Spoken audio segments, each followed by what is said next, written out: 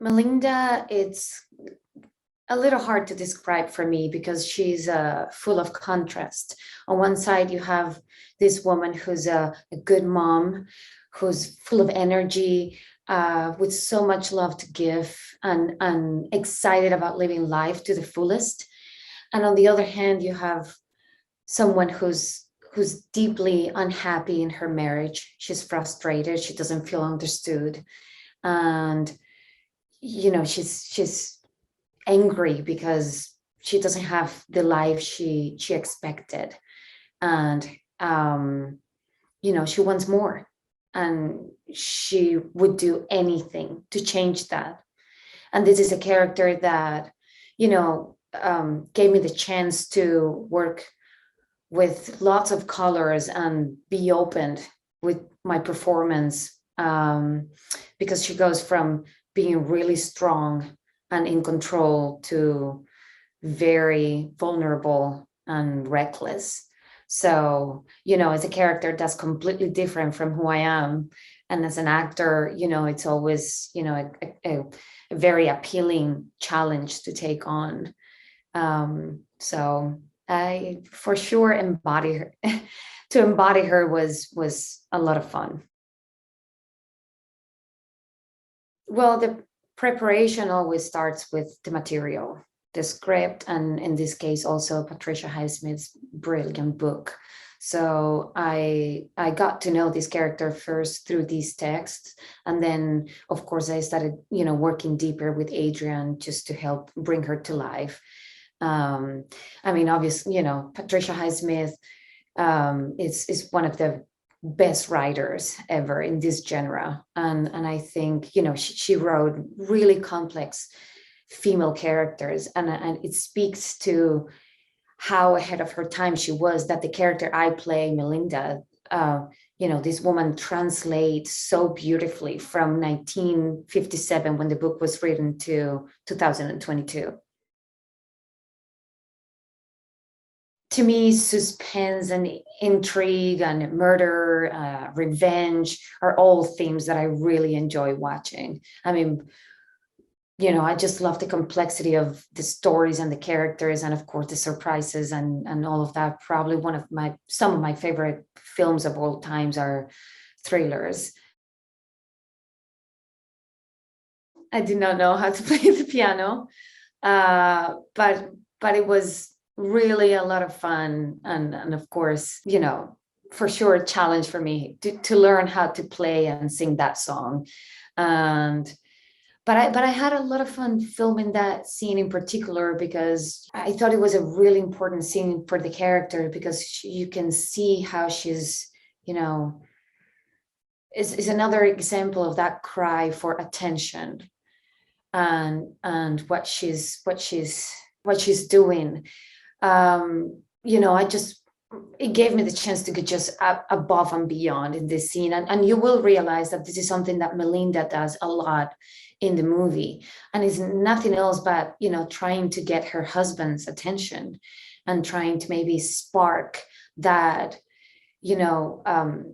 intimacy again, and that romantic connection that they had once.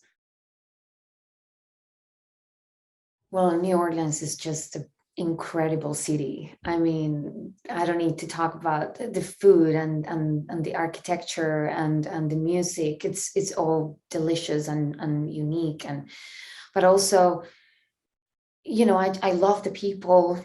Probably most of our crew was from New Orleans, and they were just incredible.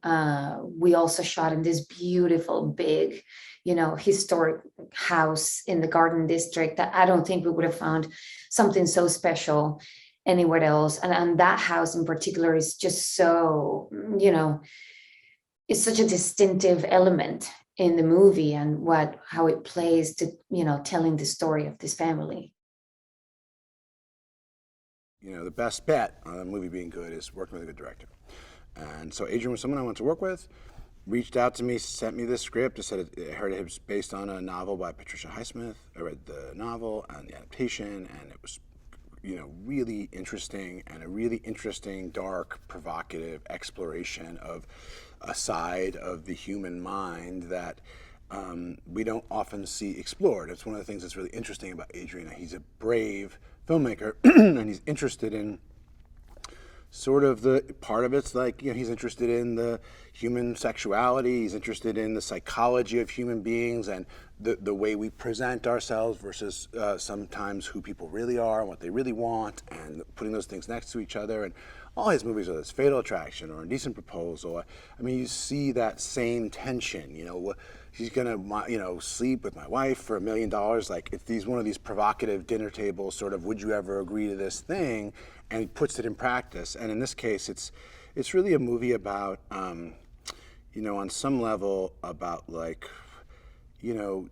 jealousy and ways in which it fuels relationships and ways in which it destroys them. And it's about what is the nature of a happy relationship, a real loving relationship? How dark do you go? If you go down certain roads, you kind of can't turn back. And I thought that was fascinating. And I got the script and I loved it, and I signed on with him. And Arnon Milchan, who produced the movie at Regency, is a guy known for a long, long time and did Gone Girl with, and so I was very excited.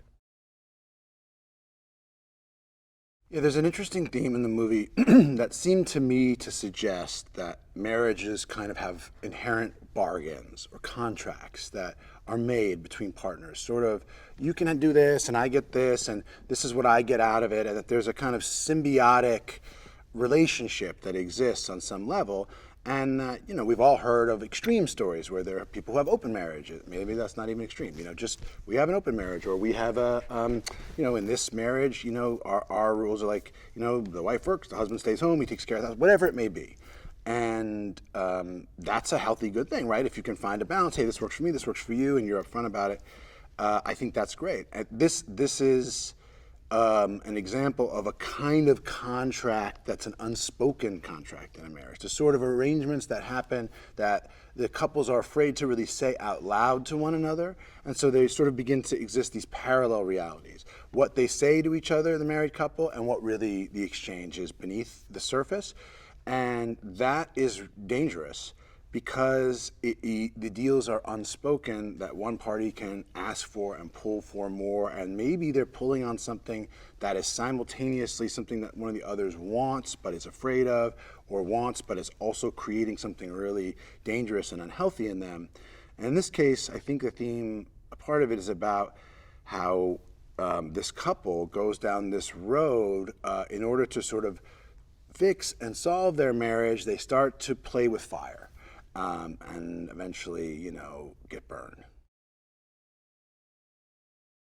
And one of the nice things I like about Adrian and his movies is that, I love this, is there's no simple answer. They don't look it up and go, he wants this, you want that. This is the answer, here's, the movie goes A, B, C, and it's all neatly tied up. The characters are complicated, they're not totally self-aware, and the movie doesn't try to explain everything. It just sort of presents this vision of a marriage, a part of a story of this marriage, and sort of draws you in because you kind of go, yeah, I can see why he would do that, then I can see why he would do that, then I can see why he would do that, and finds this character, both of these characters, in very different, extreme, dramatic situations by the end based on their choices, which are hopefully, I think, at least in my sense, grounded in something that you could identify with and understand. And it's that is the way that's why Adrian's on a tour. Adrian kind of has a vision of humanity, has a way of exploring it. He does challenge gender roles. In some ways he goes more extreme in the direction of stereotypes. In some ways he goes more extreme in subverting the stereotypes.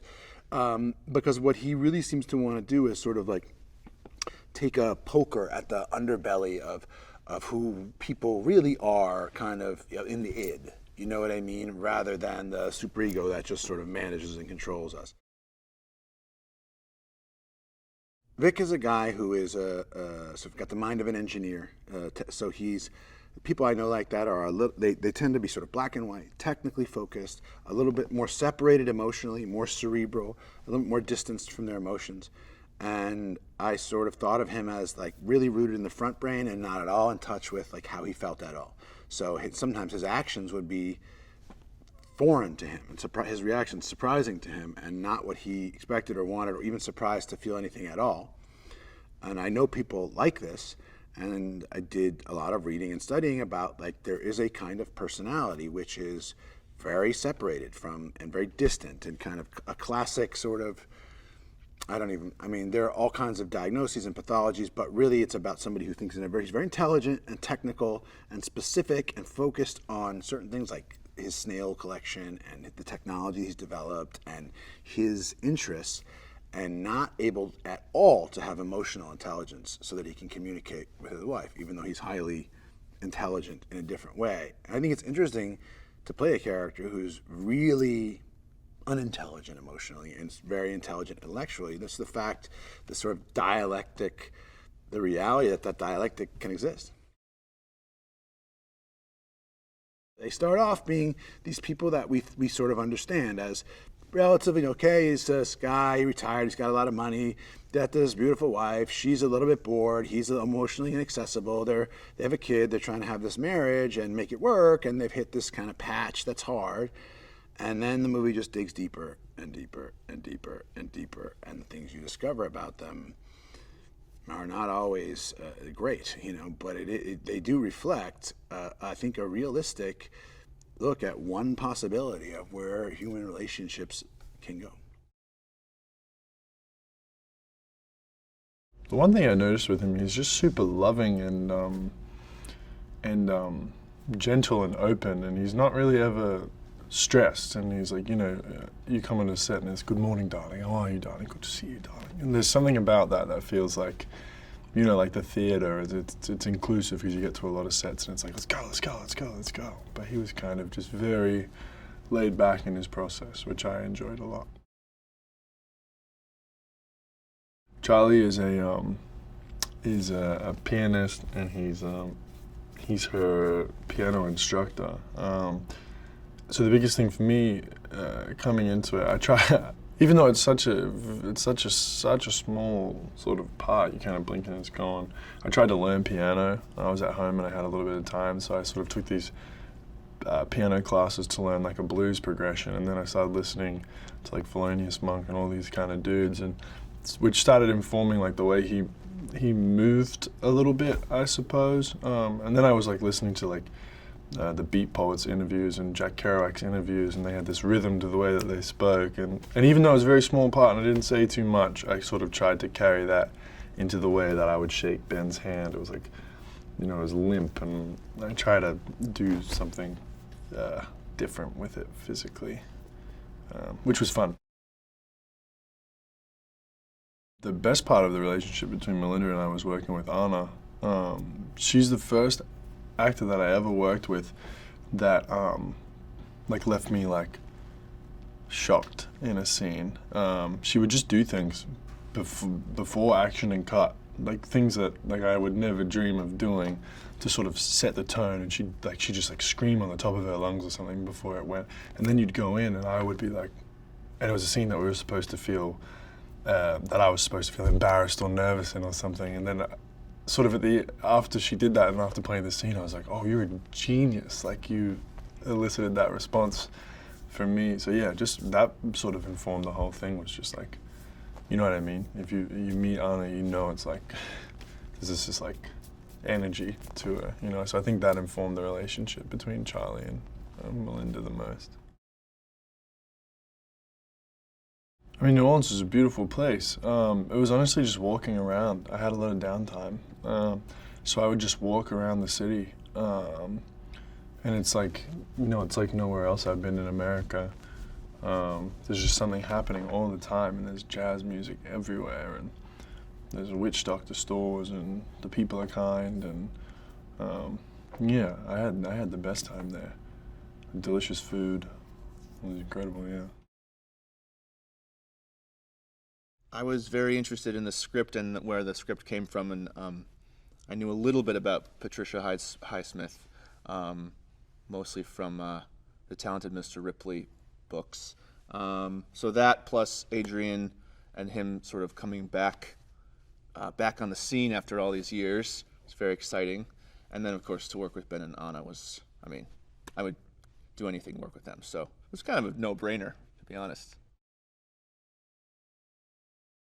Yes, it's very interesting to read the novel and then see the movie, and see what they changed and what they kept the same, and especially the ending. It's really worth it to read the book because it really goes in a different direction than the film does, and it's very also period. That's the thing. I think smartly the screenwriters made the movie modern, but the book is really fun to read in terms of like, I think it's 60s, like early 60s, like lots of highballs and cigarettes and waking up hungover, and like you can sort of smell the smoke in the room.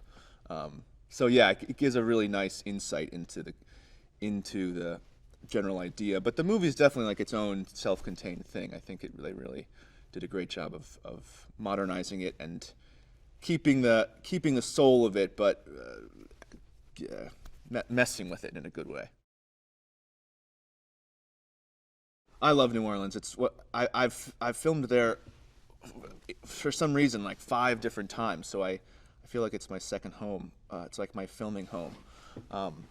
It's a very fun city. Can be too much fun. It can eat you up, but I love it there, and I really liked it for the film too. The kind of, because like it is in the book, there's sort of this lots of social gatherings happening and people that are always sort of in the same community, and that does happen in New Orleans. Like there are these social groups that like meet and have costume parties and have live music. Like there's like old traditions that still stick around there that I think really worked for the film.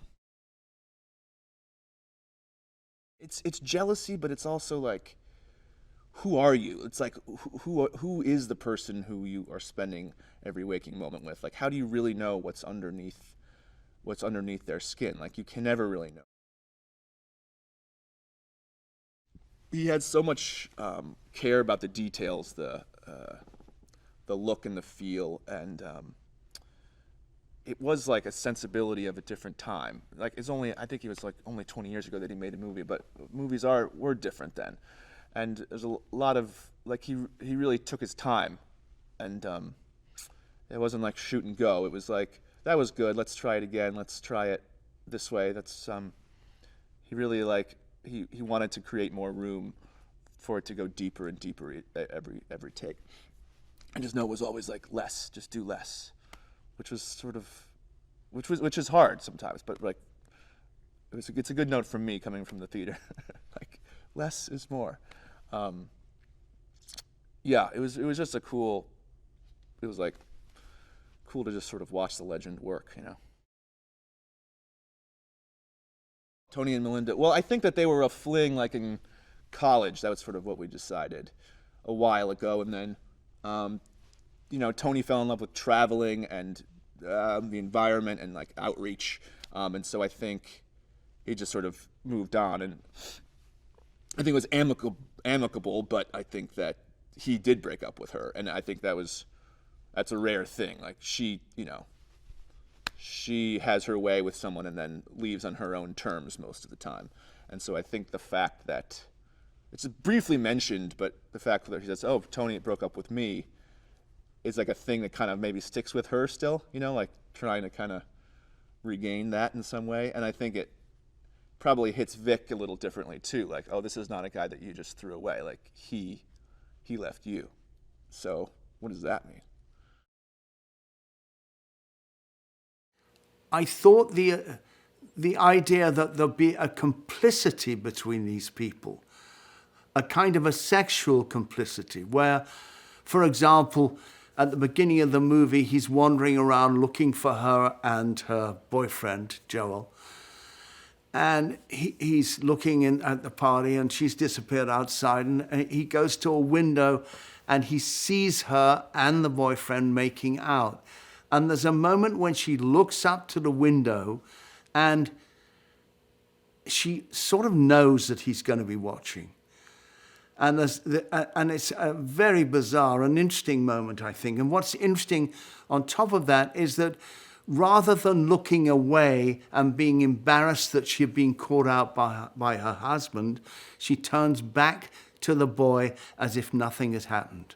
So you get right from the off in the film, you get a sense that she's almost doing it for his benefit as well. which is sort of unusual. I enjoyed working with Janine enormously, Janine Opperwall. And we went to this house, and I love the floorboards. It's a bizarre thing to say, but what was great was that there was no carpets in this place. There was just these lovely floorboards. So I sort of chose the location because of the floorboards. And we didn't put any carpets down. I just thought it was sort of, as a look, I thought it was interesting. It had a great staircase, an outside staircase, sort of where at the beginning of the movie, she goes up the entire staircase and turns right, and he goes halfway up the staircase and turns left. So you have a distinct feeling that they're living in different parts of the house. So I loved that staircase. I loved it. The fact that it did say that they were living separately. I didn't want to do all of the sort of traditional New Orleans stuff, the funeral processions and a lot of. Although I did shoot a little bit in the French Quarter, I didn't want to beat it over the head. So that was something that was important for me, that it didn't become a kind of a tourist guide for New Orleans. Although I hope you get a taste for it. I mean, I like the bridge, for example, at the beginning. There's I don't know what the name of the bridge is, but it's terrific, and it's going over the river, so you get a sense of deep water, if you like, at the beginning of the movie. You know, there's a nice sort of, well, it's a drone shot, you know, coming upwards. It just moves upwards. I mean, Ben's a terrific actor. What I liked was his willingness to play somebody who was, unlike, you know, normally I see him as sort of ebullient and outgoing, and he was prepared for me to make this guy sort of a fairly introvert guy who's vulnerable and still and different, really, from a lot of the parts that he had played previously. And I thought it was very brave of him to do that. At times he said to me, it's not in my DNA, this is to do this. But it was, and I think I'm really proud of him. All I really like after a film is that I've made is that they will discuss it, that they won't necessarily agree, but I love the fact that they won't forget it by the next day, you know, or by dinner or whatever. And I've been lucky because I made a few movies where that's happened. You know, they're still talking about Fatal Attraction now, for example. I don't know, 9.5 weeks. So I've got lucky, and I hope that'll be the case with this. Because I think it's very eccentric, the movie, and I feel lucky to have made it, you know, because it is weird. I mean, it is weird. And that's good.